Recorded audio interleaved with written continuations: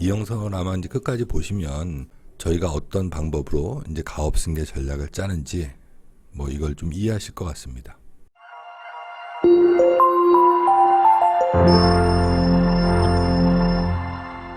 안녕하십니까. 전문가의 가업 승계 최영도입니다.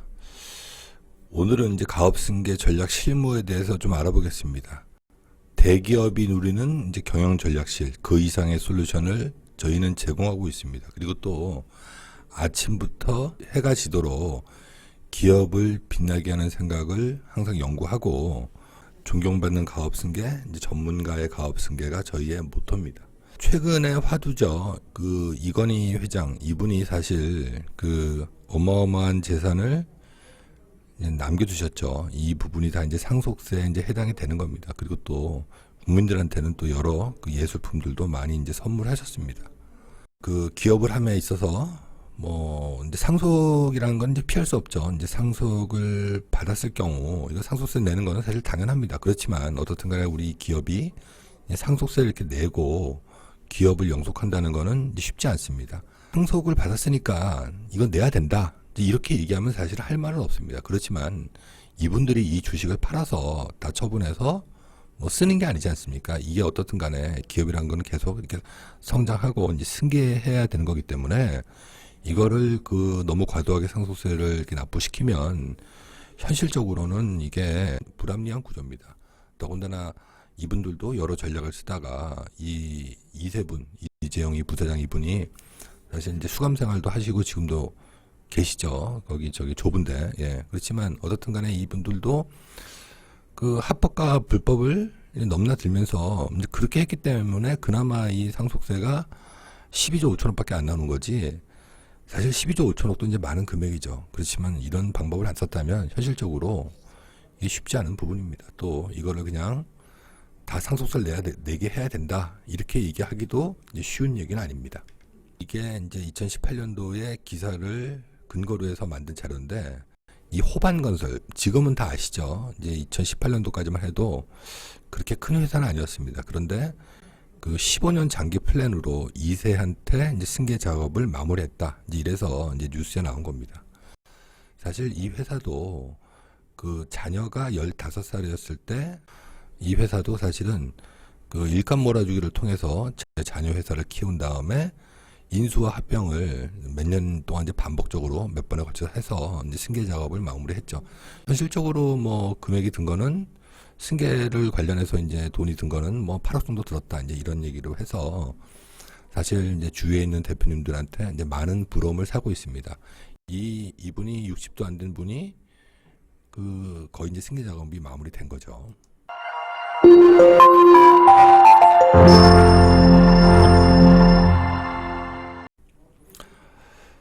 다들 아시겠지만 우리나라 이제 세금은 만만치 않습니다. 우리나라의 이제 소득세는 이제 10억 초과분에 대해서는 45%죠. 거기다 이제 주민세 10%를 더하면 이제 50.5%입니다. 자, 그런데 또 이렇게 내가 열심히 번 돈에 50% 세금을 떼고 나중에 내 재산을 상속이나 증여하려면 또 이제 30억이 넘으면 또 50%입니다. 자, 그래서 내가 100을 벌었는데 50% 세금 떼고 또 이제 상속이나 증여에 있어서 또 50%를 떼면 현실적으로는 25%밖에 안 남죠. 자, 이렇게 그냥 이런 식으로 그냥 가만히 있으면 기업을 영속하기는 쉽지 않죠. 자, 요거는 기업이 이제 생로병사죠. 이제 보통 이제 개인 사업자로 이제 사업을 하시다가 법인 전환을 하십니다. 그리고 또 이렇게 흐르다가 그 외감을 가게 되면 외감을 가고 또 그 와중에 뭐 자녀를 이제 임원에 등재시키거나 또 징여 특례를 한다거나 또 여러 가지 행위를 하죠. 그러다가 어떻든 간에 이제 승계를 해서 기업을 자녀한테 물려주면 물려주고 또 승계할 자녀가 없으면 이제 M&A 하거나 뭐 폐업하죠. 어떻든 간에 이게 기업의 그 생로병사입니다. 그렇지만 이제 이때 저희 같은 전문가들이 좀 자문해 드리고 또 조력해 드리면 세액 부담이나 또 이제 방향을 좀 바로 잡아서 우리의 목표라는 거는 뭐 인수합병 할 건지 아니면 이제 승계할 건지 뭐 이런 거에 목표를 가는 데 있어서의 세액 부담을 줄이거나 아니면 또 훨씬 남들보다 쉽게 이제 목적지에 달성할 수 있겠죠. 최근에 이제 그 상업용 부동산, 우리가 갖고 있는 개인 부동산들 가격이 이제 많이 올랐습니다. 우리 지금 이제 통화량이 넘쳐나다 보니까 돈의 가치는 점점 떨어지고 선물 자산의 가치가 이제 올라가죠. 우리가 갖고 있는 개인 부동산과 우리 회사의 주식을 사실 그 50%의 세금을 내고 이제 자녀에게 넘길 것인가, 이거는 좀 생각해 볼 필요가 있습니다. 아니면 뭐 군대 갔다 오신 분들은 다 아시겠지만 전략과 전술을 통해서 세금을 안 낼 수는 없습니다. 그렇지만 적당한 세 부담을 해서 개인의 부동산과 비상장 주식을 자녀한테 이제 이전할 수 있으면 이제 좋을 것 같습니다.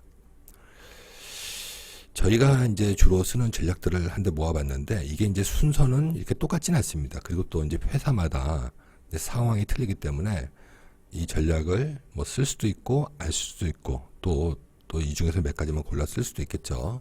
우선 저희가 이제 일을 맡으면 이제 흐름을 짜겠죠.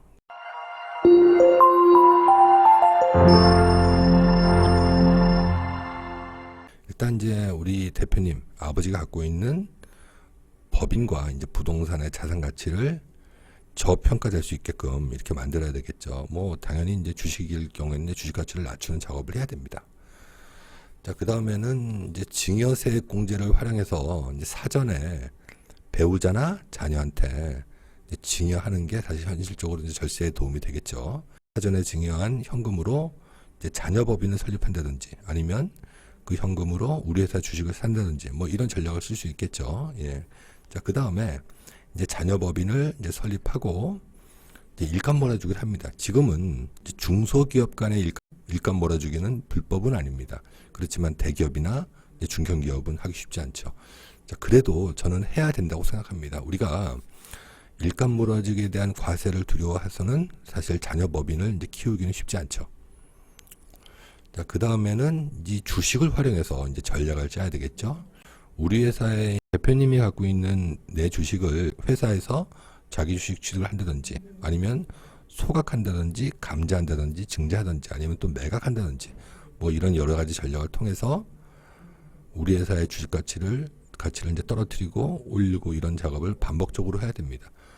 만일 내가 갖고 있는 주식을 자기 주식 취득 형태로 이렇게 매매했다, 이제 이럴 경우에 이 자기 주식은 그 의결에 대한 권한, 배당에 대한 권한, 또 증자에 대한 권한이 없습니다. 그래서 일정 부분의 주식을 자기 주식 취득 형태로 회사에 매각하고 기존에 있는 나와 내 자녀들한테 균등하게 증자를 한다든지, 뭐 이런 식을 통해서 우리 회사의 주식 가치를 희석할 수 있겠죠.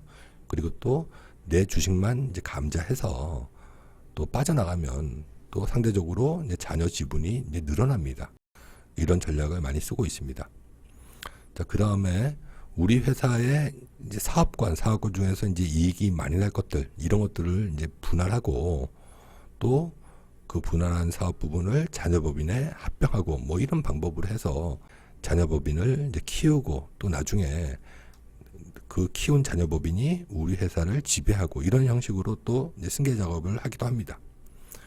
또 이제 중간중간 이익 소각이나 또 자본금 소각이나 또 감액배당, 이제 감액배당도 이제 활용을 합니다. 이거는 어떻든 이제 투자회사가 껴야 되겠죠. 그래서 투자회사가 껴서 적법하게 해야 되고, 또 수시로 이제 자본금 거래를 통해서 소득세를 줄이고, 그리고 또 회사의 주식 가치를 이제 떨어뜨리면 좋겠죠.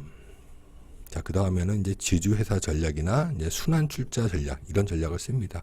만일 모 회사, 그러니까 아버지가 갖고 있는 그 회사의 주식을 이제 자녀 법인이 인수하면 자연적으로 우리 자녀가 아버지 법인을 이제 지배하는 구조가 됩니다. 이런 식으로 구조를 딴다든지, 아니면 이제 순환출자 구조로 해서 어떻든 간에 우리 회사를 지배하면은 세 부담을 좀 줄이면서 우리 회사를 지배하면 좋겠죠.